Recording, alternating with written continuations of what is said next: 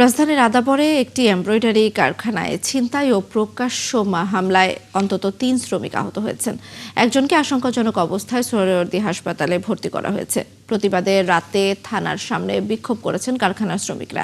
এদিকে জড়িত ৩ আসামিকে গ্রেপ্তার করেছে পুলিশ। বিস্তারিত মামুন হোসেনের রিপোর্টে।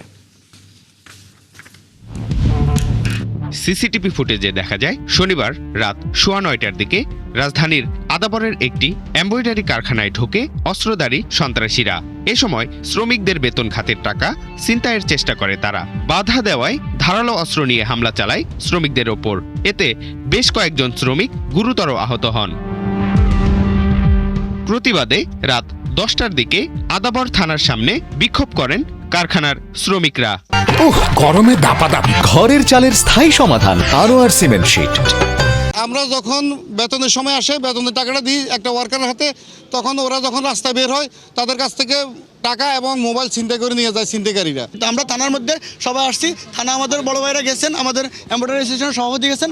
উনি থানাতে জিডি করবেন এবং কি ওদের মাধ্যমে যাদেরকে চিনি এবং কি নাম দেওয়া হয়েছে ওনারা কথা বলবেন ইনশাল্লাহ।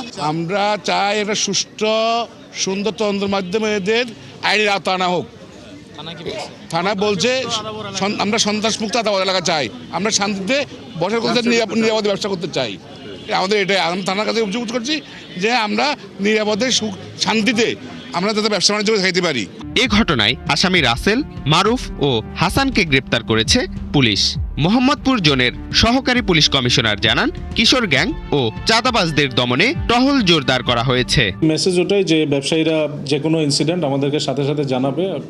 প্রত্যেক এলাকায় প্রত্যেক বিটে আমাদের মোবাইল পেট্রোল থাকে এবং ফুড পেট্রোল আছে।